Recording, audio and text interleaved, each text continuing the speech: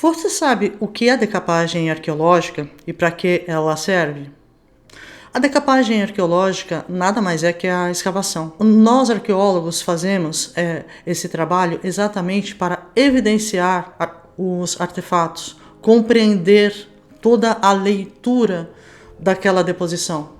Normalmente, nós costumamos até falar que uma escavação arqueológica é como um livro que pode ser lido por apenas uma única vez, exatamente porque trata-se de uma intervenção extremamente invasiva.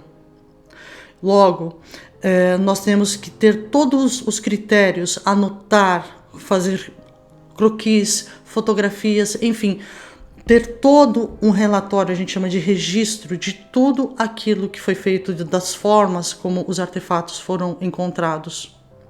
Foi exatamente isso que eu tive que fazer, principalmente na urna funerária de Dom Pedro e de Dona Leopoldina. No caso de Dona Leopoldina, como eu falei no vídeo das tomografias, a decapagem foi feita após o exame a pedido do pessoal da Faculdade de Medicina. Meu primeiro procedimento foi separar a urna funerária em dois quadrantes, quadrante A e quadrante B. Para quê? Exatamente para que eu pudesse ter a localização exata de cada artefato, como por exemplo os brincos, a própria posição de alguns ossos. Ou seja, eu consegui, através desse trabalho de decapagem, evidenciar brincos, detalhes das vestes da imperatriz.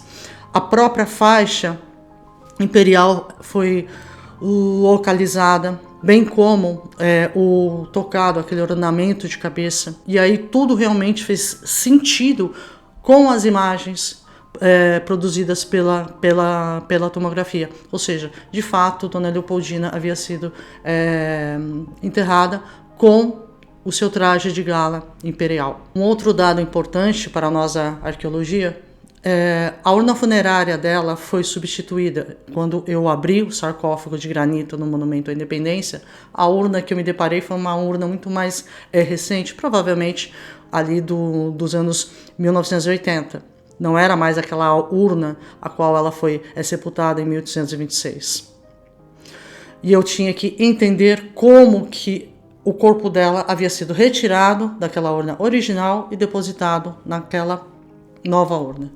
O que eu deduzi foi que simplesmente foi feita uma mortalha com todos os tecidos que havia na urna anterior e o corpo da imperatriz foi colocado de uma maneira delicada na urna de 1987. Como que eu sei que foi feito de uma maneira delicada? Simplesmente porque, embora, lógico, o esqueleto da imperatriz estivesse desarticulado, mas ele mantinha a posição anatômica. O que nós chamamos de posição anatômica? É simplesmente as posições dos ossos de ombro, dos braços, estavam onde se é esperado. No caso de Dom Pedro, o processo teve que ser outro. A metodologia que eu usei foi outra.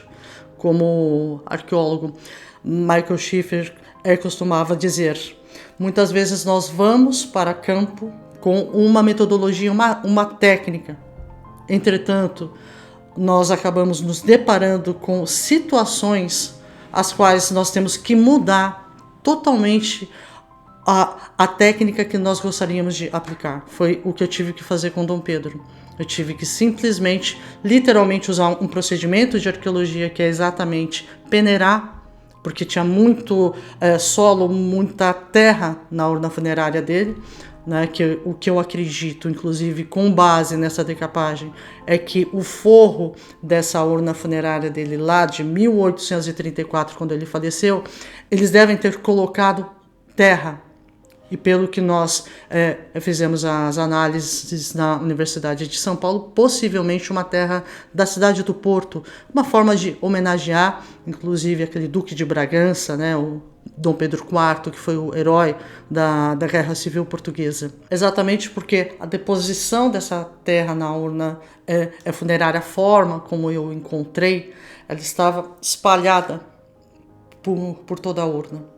E o corpo do imperador, como eu já falei em outras oportunidades, ele foi simplesmente o conteúdo da urna original de 1834 foi jogado em um lençol que simplesmente foi colocado na urna que o trouxe para o Brasil em 1972.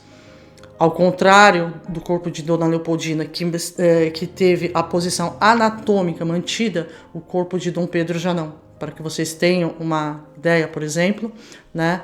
Aqui a mandíbula estava aqui na parte superior da cabeça.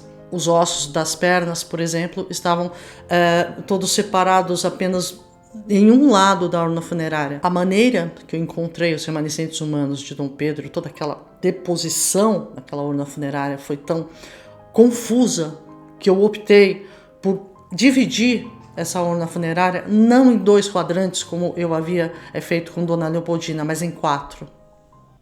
Isso porque o número, inclusive, de artefatos que eu estava localizando, seja fragmentos de vestes, botões, as comendas, muitos fragmentos, por exemplo, de platinas aqui de ombro, as esporas mesmo fragmentadas, enfim, estavam espalhadas por toda a urna.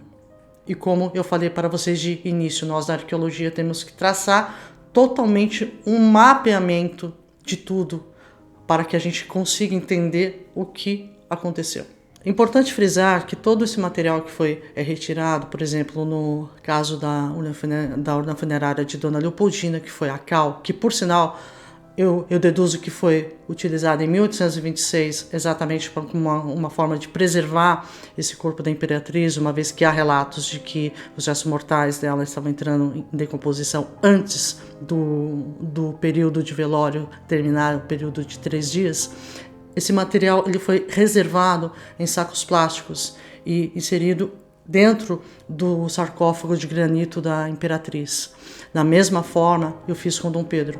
Os remanescentes humanos de Dom Pedro, eu tive todo o cuidado de higienizar cada parte do corpo, fazer todo o inventário, inclusive, infelizmente, como eu já comentei, houve fraturas pós-mortem, exatamente pela própria questão do transporte, bem como algumas perdas ósseas importantes, até por conta de toda a umidade.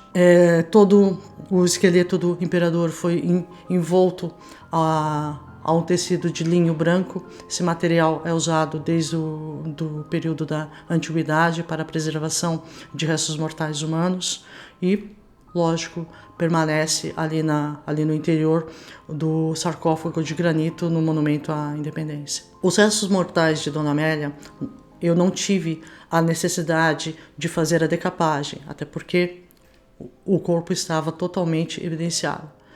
Entretanto, nós fizemos um trabalho de reembalsamamento, mas isso é um assunto para um outro vídeo.